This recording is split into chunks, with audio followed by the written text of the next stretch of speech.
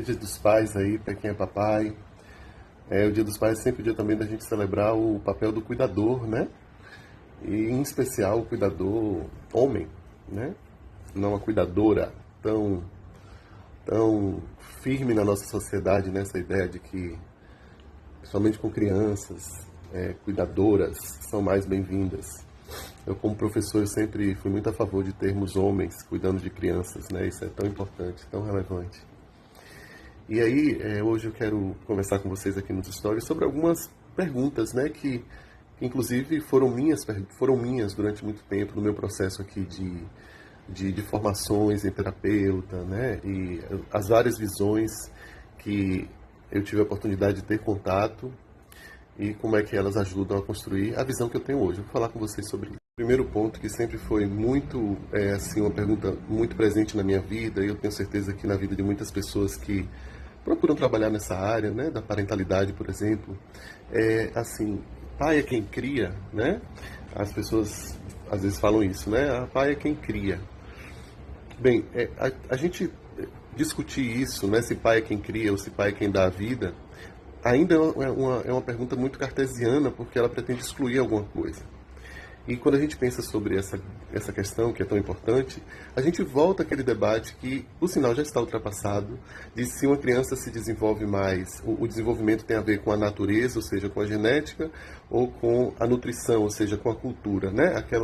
Aquele grande paradoxo que a ciência tinha que resolver e dar uma resposta exata e firme, e que excluísse uma das situações. Era muito esperado por todos nós, assim, finalmente vai ter uma resposta para isso.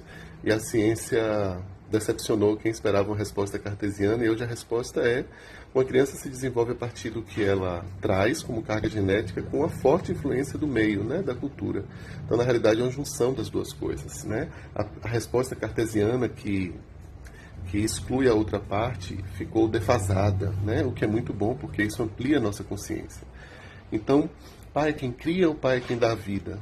A criança só pode estar no mundo porque tem um pai biológico, e só pode se tornar quem ela é porque um pai não biológico, e por isso não menos, e nem por isso menos importante, cuidou dela, né? Então deu os parâmetros para a vida, deu os limites e fez o que pôde como cuidador. Então pai é quem cria e também quem dá a vida. Está aqui nas pessoas cujos pais as abandonaram ainda muito cedo, muitas vezes até na barriga da mãe, né? E uma pessoa pode sim ter o direito de perguntar: eu não posso considerar esse cara meu pai, porque ele sequer estava lá durante a gravidez da minha mãe. E o que eu posso dizer aqui é que eu super respeito essa dor, não sei, não posso nem mensurar isso, porque não é a minha experiência, né? Dizer para você que está tudo certo se você construiu relacionamentos que foram seguros e saudáveis, se houve um homem na sua vida que você chama de pai de verdade, né, o único pai que você tem. Todas essas coisas são absolutamente válidas, porque a sua experiência só é real quando ela parte do que de fato você está sentindo. Então, se é isso que você está sentindo, viva essa experiência. O que eu acabei de falar é apenas uma revisão científica de algo, não é uma verdade absoluta, principalmente não no seu coração. O outro ponto é assim: existe muita dúvida aí nas pessoas, né? Porque a gente ainda vive numa sociedade muito em que o papel da mãe e o papel do pai, assim, são ainda muito esperados por nós que se realizem, porque a gente tem modelos muito antigos, né? Inclusive muito obsoletos, e que causaram muita dor, né? De definição de papéis. Então hoje a gente tem trabalhado com um conceito que eu gosto muito, né? Toda criança ela precisa ter uma base segura e ela precisa ir para o mundo desenvolver autonomia. É assim que a gente se desenvolve, né? Sabendo no mundo que a gente pode voltar para a nossa base segura. Então, essas duas energias, base segura e a energia da autonomia, elas são diferentes e elas precisam estar integradas em nós. E aí segue a conversa. Isso vai gerando outras dúvidas, né? Dúvidas do tipo: uma criança que foi criada sem o pai, quais são os efeitos que isso tem na vida dela? A criança foi criada sem a mãe, quais os efeitos que a gente tem na vida dela? Algumas correntes vão dizer que se você não teve pai, você não pôde, por exemplo, desenvolver sua própria autonomia, ir para o mundo com força, respeitando limites, se sentindo seguro, segura. E que se você não teve a presença física da sua mãe, né, biologicamente, inclusive, você pode crescer se sentindo uma pessoa insegura, medo, por exemplo, de ser abandonado, medo de não ser visto, emocionalmente dependente. Será que essas coisas são absolutamente verdade? Será que isso tem a ver com o pai ou com a mãe? Pessoa física, CPF, né? Eu tenho algo a dizer sobre isso. Fica aqui com a gente nesses stories. Vou contar no próximo.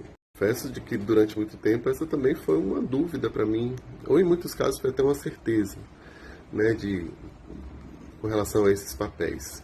E aí eu quero compartilhar com vocês que ideia ajudou a reconciliar ou a conciliar essas ideias em mim, tornando o meu pensamento mais complexo e menos cartesiano, né? Porque a gente está sempre falando isso aqui, o que é complexo, novo, e o que é cartesiano, familiar e muitas vezes já organizado de uma forma muito obsoleta, né?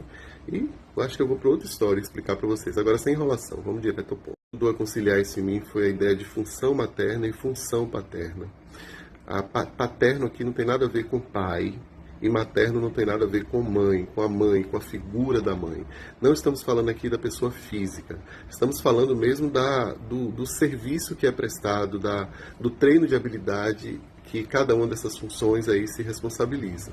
A função paterna é a função de levar ao mundo, de dar limites, de desenvolver autonomia, de sair, né, e muitas vezes até retirar, entre aspas, a criança desse lugar de segurança, estabilidade, para ir para um lugar onde há desafios. E ser sábio o suficiente para guiar essa criança nesse processo de descoberta. Sábio, amoroso, gentil, compreensivo, compreensiva. E isso pode ser feito tanto pelo pai quanto pela mãe, e até mesmo pela professora e pelo professor na escola, tá? Por uma tia. Então essa é a função de ser um guia no mundo que está distante da base segura.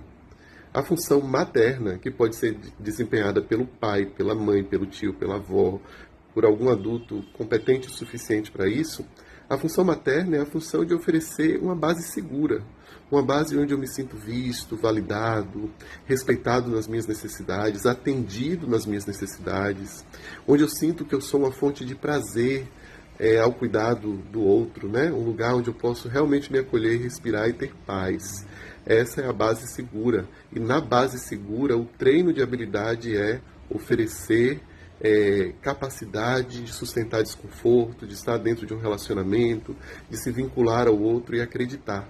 Confiar no outro, estar num relacionamento saudável, né? Então, essa experiência da base segura, que é função materna, ela permite a nossa ida para o mundo onde impera, onde é o reino das funções paternas, né?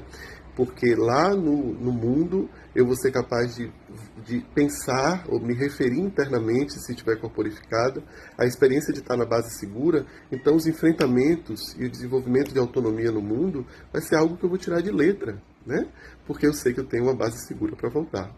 Então, essa noção de função paterna e função materna, não mais associado à mãe e ao pai, faz a gente começar a pensar sobre como cuidadores, se nós estamos sendo capazes de oferecer à criança essas duas funções, esses dois treinos de habilidade. Podemos problematizar isso um pouquinho mais e dizer assim, uma pessoa, em alguns momentos, vai desenvolver função paterna, em outras, função materna, né? Então, o pai, em algum momento, vai estar desenvolvendo função materna. E muitas vezes função paterna. E a mãe, a mesma coisa. Às vezes na escola, a professora vai precisar colocar uma criança no colo e ajudar ela a se sentir segura. Função materna. Em outro momento, ela vai precisar dar uma bronca no recreio se a criança se aproxima de um lugar perigoso ou se faz, sei lá, se põe a própria vida em risco, né? Vai ter que ir ali e assertivamente dar limite. Função paterna. Não tem nada a ver com a figura física do pai ou a figura física da mamãe, né? Isso resolve muita coisa dentro de nós. E aí a gente passa a observar o que é que essa criança precisa mais, né? Para que nós, como papais, em especial, que hoje é o dia deles, possamos oferecer.